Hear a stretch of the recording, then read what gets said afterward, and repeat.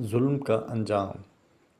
مکافات عمل ڈاکٹر عبدالغنی فاروق کی کتاب ہے، جس میں انہوں نے ایسے واقعات جمع کیے ہیں جس میں کچھ لوگوں کو ان کے اعمال کی اس دنیا میں سزا ملی، جسے وہ مکافات عمل کہتے ہیں۔ ایسا ہی ایک واقعہ ہم یہاں بتا رہے ہیں۔ اگر آپ نے اس سلسلے کو پسند کیا تو ایسے اور بھی دلچسپ واقعے ہم آپ کی خدمت میں پیش کریں گے۔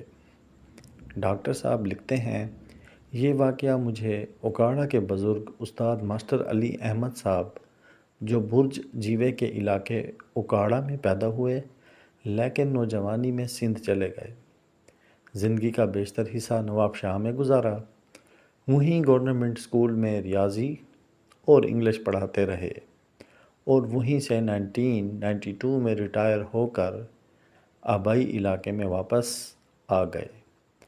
انہوں نے بتایا، 1982 کی بات ہے، میں نواب شاہ روڈ نمبر 2 پر ایک مکان میں کرایہ دار تھا۔ یہ مکان ایک شخص مختار احمد کی بہن کا تھا اور مختار احمد ہی اس کا کرایہ وصول کیا کرتا تھا۔ ایک مرتبہ میں کرایہ دینے اس کے گھر گیا تو اس کی بری حالت تھی، وہ زاروں قطار رو رہا تھا۔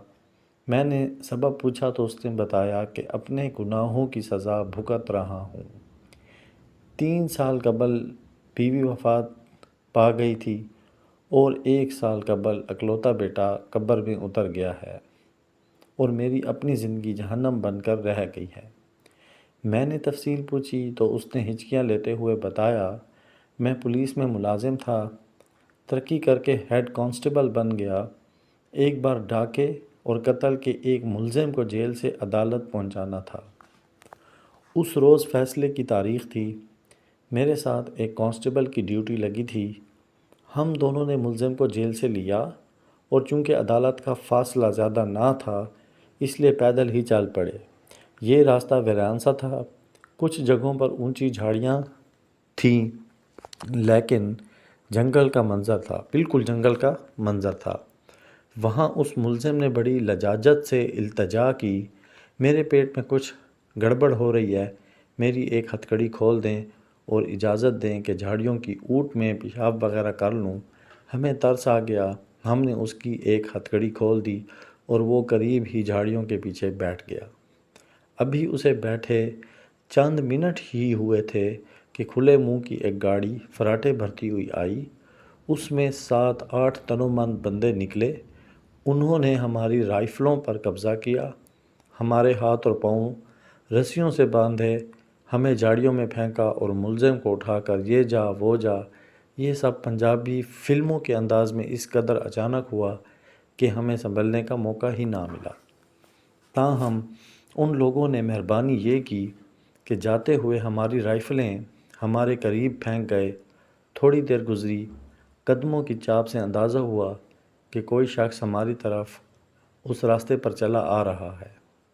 ہم نے جھاڑیوں کے اندر سے آواز دی کہ جانے والے ذرا ٹھہر جانا، ہماری مدد کرنا۔ وہ آدمی ٹھہر گیا اور ہمارے قریب آ گیا۔ تب ہم نے اسے اپنی بپتا سنائی کہ ہم پولیس ملازم ہیں، ڈاکو ہمیں بے بس کر کے یہاں پھینک گئے ہیں، مہربانی کرو اور ہمارے ہاتھوں اور پیروں کی رسیاں کھول دو۔ اس شخص نے ہمارے ہاتھوں اور پیروں کی رسیاں کھول دیں۔ ہم اٹھ کر کھڑے ہو گئے۔ وہ شخص ہمدردی سے ہمارا حوصلہ بڑھانے لگا اور ہاتھوں سے ہمارے کپڑوں کی مٹی صاف کرنے لگا۔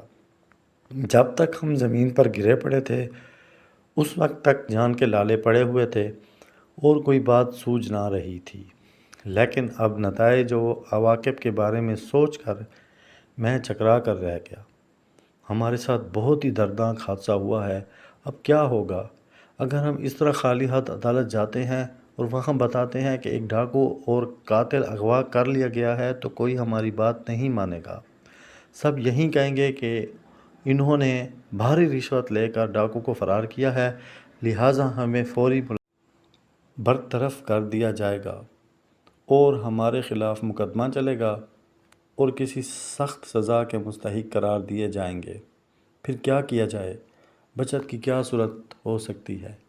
اور اس کے ساتھ ہی میرے ذہن میں ایک عجیب شیطانی تجویز نے سر اٹھایا، پھر کیا ہے کہ ایک ملزم بھاگ گیا ہے، اس کے بدلے میں ایک بندہ مل گیا ہے، پھر اسے ہی کیوں نہ استعمال کر لیا جائے؟ اور اس سوچ کے ساتھ ہی میں اچھل کر اس مہربان شخص پر حملہ آور ہو گیا اور مکوں اور تھپڑوں سے اسے پیٹنے لگا۔ میرا ساتھی کانسٹیبل حیران ہو گیا، لیکن میں نے اسے ڈانٹا کہ یہی ہمارا ملزم ہے، پکڑ لو اور اس کی خوب ٹھکائی کرو۔ چنانچہ ہم دونوں نے مل کر اسے خوب خوب مارا۔ وہ بیچارہ تورا کر گر پڑا۔ پہلے اس نے کچھ آہو بکا کی، مگر اس کے حواس جواب دے گئے اور سر گھٹنوں میں دبا کر نیم مدہوش زمین پر بیٹھ گیا۔ ہمارے پاس ایک فالتو ہتھ کڑی موجود تھی، اس میں اس کے دونوں ہاتھ جکڑ لیے اور کھینچتے ہوئے کچہری کی طرف چل پڑے۔ اس کشمکش میں ہم خاصے لیٹ ہو گئے۔ جج نے پوچھا کہ لیٹ کیوں ہوئے اور ملزم کا منہ کیوں سوجا ہوا ہے، تو ہم نے بتایا کہ اس نے ہمیں دھوکہ دے کر بھاگنے کی کوشش کی تھی، اس لیے اسے قابو کرنے میں کچھ وقت صرف ہو گیا اور اس کی مرمت بھی کرنی پڑی۔ وہ مظلوم شخص ہماری بے رحمانہ مار سے اس قدر ہراساں ہو گیا تھا کہ عدالت میں اس کے منہ سے کوئی بات نہ نکلی۔ اس کی آنکھوں سے آنسو بہتے رہے اور وہ خوفزدہ نظروں سے بٹر بٹر دیکھتا رہا۔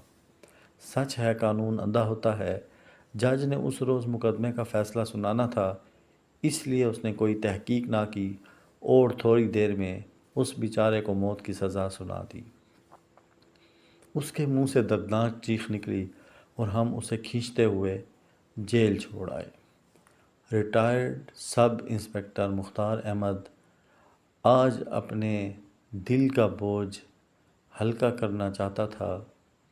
وہ روتا رہا اور ظلم کی داستان کی ساری جزیات سناتا رہا۔ اس نے کہا، ماسٹر صاحب، یہ ٹھیک ہے کہ میری نوکری بچ گئی، مجھ پر کوئی مقدمہ نہ بنا، لیکن خدا کا کوڑا حرکت میں آ گیا۔ میرے ضمیر نے میرا جینا حرام کر دیا اور رات سونے کے لیے جب میں چارپائی پر لیٹا تو نیند کوسوں دور تھی۔ رہ رہ کر اس مظلوم دیہاتی کی شکل میرے سامنے گھوم جاتی جسے میں نے بغیر کسی قصور کے پہلے بڑی بے رحمی سے مارا اور پھر پھانسی کی سزا دلوا دی۔ اس کی شکل مجھے ایسے کرب میں مبتلا کرتی کہ میں اٹھ کر بیٹھ جاتا، پھر نیند غلبہ کرتی اور لیٹتا تو دوبارہ یہی صورت پیدا ہوتی۔ آنکھیں نیند سے بوجھل تھیں، جمائیوں پر جمائیاں آ رہی تھیں، لیکن نیند مجھ سے روٹ گئی۔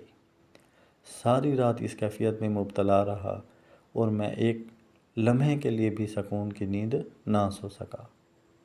مسلسل بے خوابی اور شدید اعصابی اور ذہنی دباؤ نے مجھے کئی بیماریوں میں مبتلا کر دیا۔ معدہ خراب ہو گیا اور ٹانگوں میں درد رہنے لگا۔ میری زندگی سے راحت اور سکون جیسے رخصت ہو گیا۔ اللہ کی شدید ترین ناراضگی اس صورت میں ظاہر ہوئی کہ اس واقعے کے چند ہی ماہ بعد میری بیوی یکا یک فوت ہو گئی۔ وہ بظاہر چنگی بھلی تھی کہ چھوٹی موٹی عام تکالیف کے علاوہ اسے کوئی بیماری نہ تھی، مگر اسے چند روز تک سر میں شدید درد رہا اور اس حالت میں وفات پا گئی۔ میری دنیا اندھیر ہو گئی، گھر کا سارا نظام دھرم برہم ہو کر رہ گیا۔ زچ ہو کر میں نے ملازمت سے قبل از وقت ریٹائرمنٹ لے لیا اور اپنے شہر نواب شاہ میں آ گیا۔ یہاں میں نے کریانہ کی ایک دکان کر لی۔ ایک بیٹا تھا، وہ پڑھتا تھا، اسکول سے آ کر وہ دکان پر بیٹھ جاتا، مجھے کچھ آرام مل جاتا۔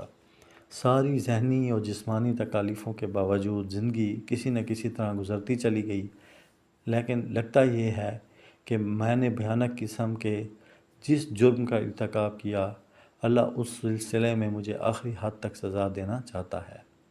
چنانچہ ایک ہفتہ قبل میرے بیٹے کے پیٹ میں درد اٹھا اور وہ شدت اختیار کرتا چلا گیا۔ بہت علاج کیا، ڈاکٹروں حکیموں کے ہاں دوڑتا رہا، لیکن افاقے کی کوئی صورت پیدا نہ ہوئی۔